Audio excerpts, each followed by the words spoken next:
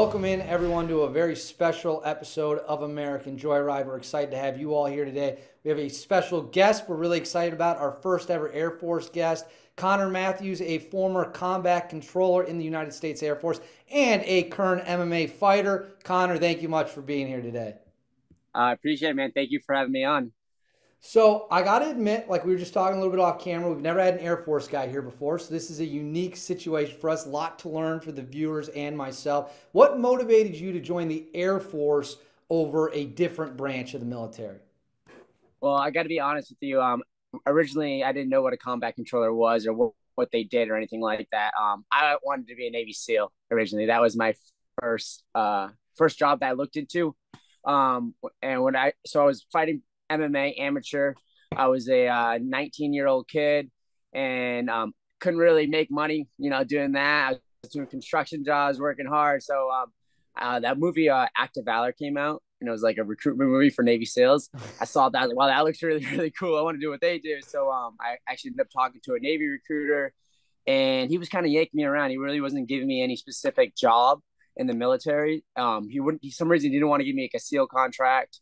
So I was like, all right, he wanted to be go in for this, and then, you can cross train. And I was like, I don't like that. So, went across the hall, talked to the Air Force recruiter, and he really sold me.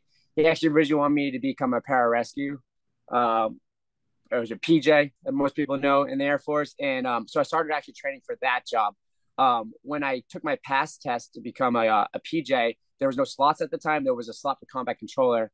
And, I did really well on my test. Some kid didn't make it. So I took his slot, and that's how it became. I had no idea what a combat controller did when I joined the Air Force. I just knew it was special operations. I knew they jumped out of planes. I knew they scuba dived. I know they did everything a Navy SEAL did. I had no idea what an air traffic controller was, but I'm pretty glad I ended up into that community and that career field at the end of the day. And that's a perfect setup because my very next question is going to be, once you become a combat controller or you go for that path, what are your responsibilities? Is it a direct action unit? Is it a support unit in the special operations? Like, what is a combat controller doing in the field? So a combat controller, what we're known for today is mostly for attaching to special forces teams, Green Berets and ODAs, and Navy SEAL teams, and we're going to be the JTAC attached to that special forces team. So they mean that anything a special forces team, direct action, any sort of missions like that. But we also have additional jobs that we do as combat controllers. We are ATC certified.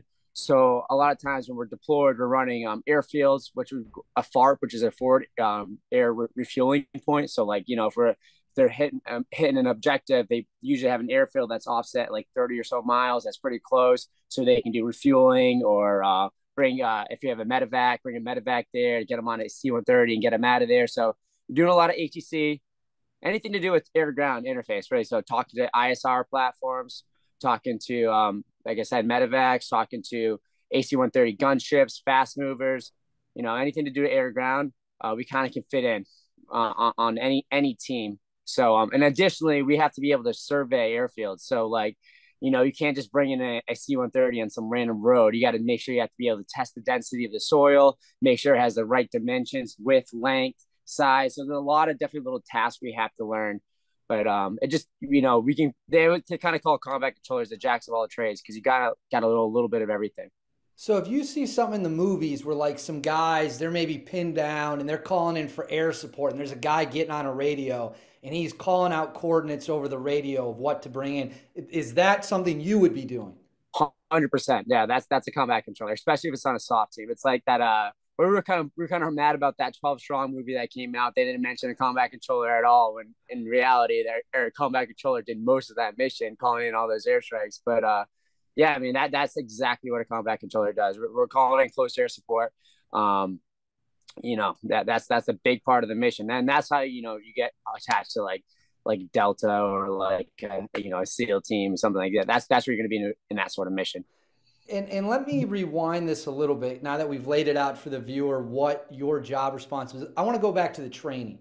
How rigorous and grueling of training do combat controllers face? Everyone hears about buds. We know the Yeah. Army Rangers, and then obviously there's Delta selection, which is, shrouded in secrecy, right? But Yeah. what's the training for a combat controller look like? So for me, it took 2.5 years. It's a 2.5 year pipeline. So it's it's very rigorous. I mean, we have our own dive school that was modeled after the Army dive school, which is a very challenging school. We have we have to do Halo. We have to do. I mean, we have a selection process initially, and it's like I mean we have like the little man syndrome because we're Air Force guys. Everybody makes fun of the Air Force. So like when we get attached to a SEAL team or we get attached to a special forces, we need to make sure we're on their level with everything. So we kind of overcompensate. I feel like since like we're attaching. Our instructors are super super hard on us, making sure like when we show up the team, yeah, we can move with the team, we can shoot with the team, we can definitely keep up physically with the team.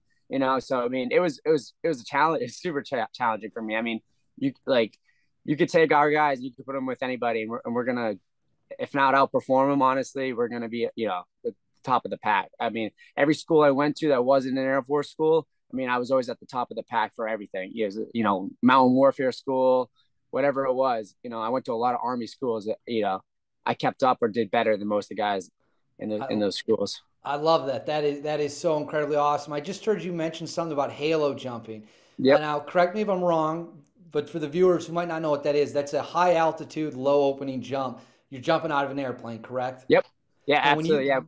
how high are you jumping from when you're halo jumping?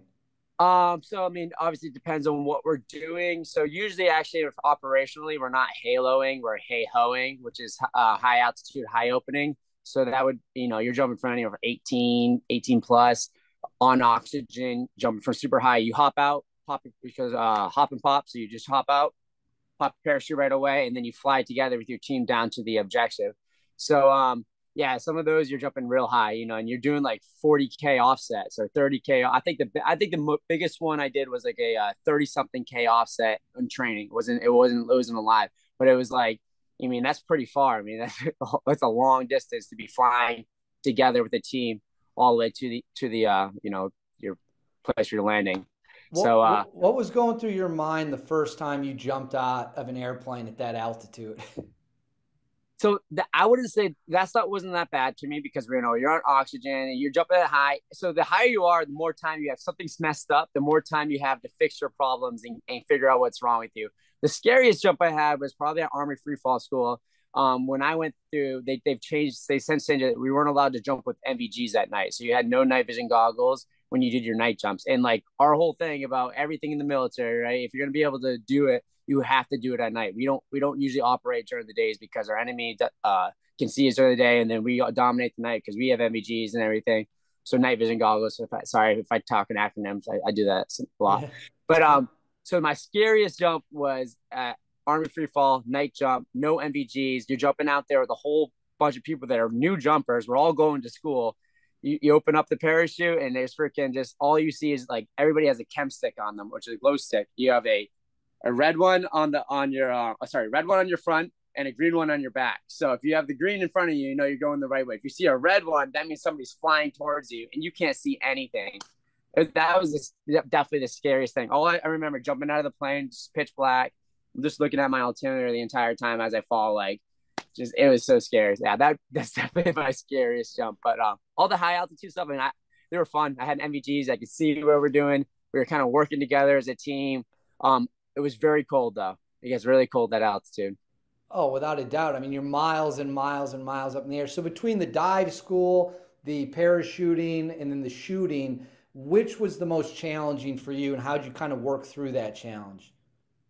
So dive school is definitely physically the most challenging school of all of them, I would say, because we have to do before we even go to dive school, we have to accomplish this thing called pre-scuba, which is 5 weeks of like drown proofing, what they call it. It's basically you do a series of like events we have to accomplish. Like one of them is called underwater, so you just do it underwaters on intervals. So you swim across the pool, touch a crack, come back, do it again. You do that like 5 times.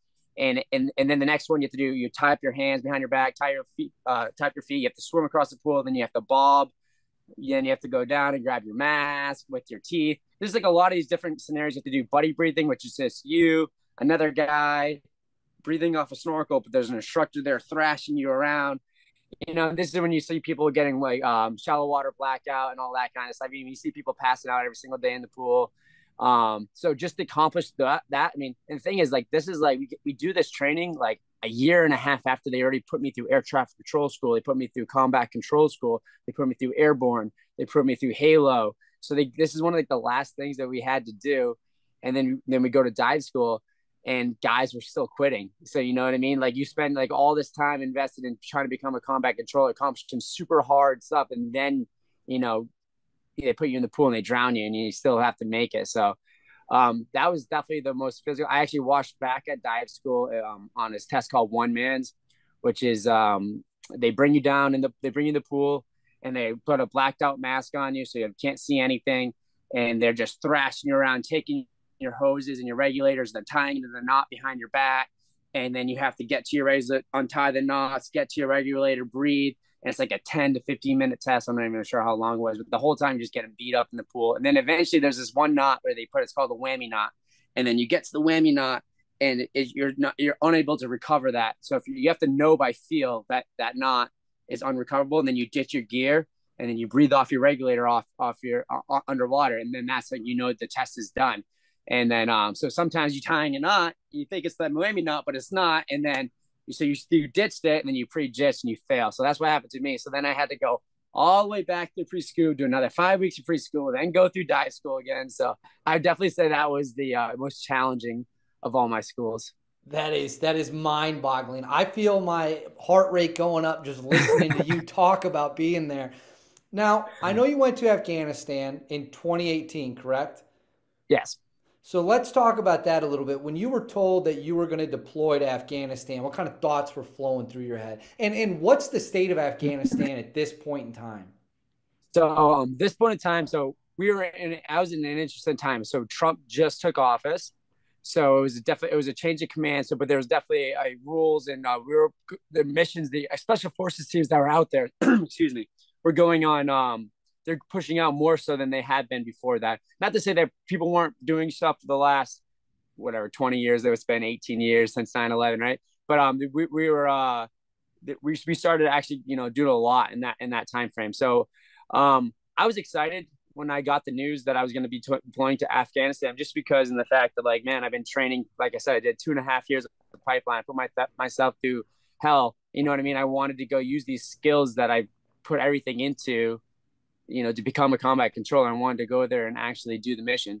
So I was kind of excited to go out there and do it. But then also, like, when I got there and you see how things, you anticipate things to be a certain way, and then when you get there, it is different, if that makes sense. And even as much as I thought I would be mentally prepared for everything, but when I got there, it was just the emotions and everything that kind of came with it was different than what I expected. So, but it was good. I mean, I thought I learned so much about myself.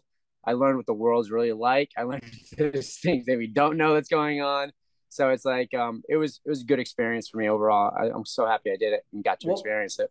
what were some of the things that kind of surprised you the most versus expectations going in? It is, and then you hear it now, but it didn't really resonate with me before. But like the fact that it's not black and white who you're fighting, you know what I mean? It's not like you kind of hear people talk about that, like you don't know, like it's like I remember my instructors even saying that, and like you're fighting against people who are Taliban, but they're like 15-year-old kids, you know what I mean? Or like it's this stuff that's like it's not so um, black and white and who you're fighting over there. And I think that's the things that I saw mostly. But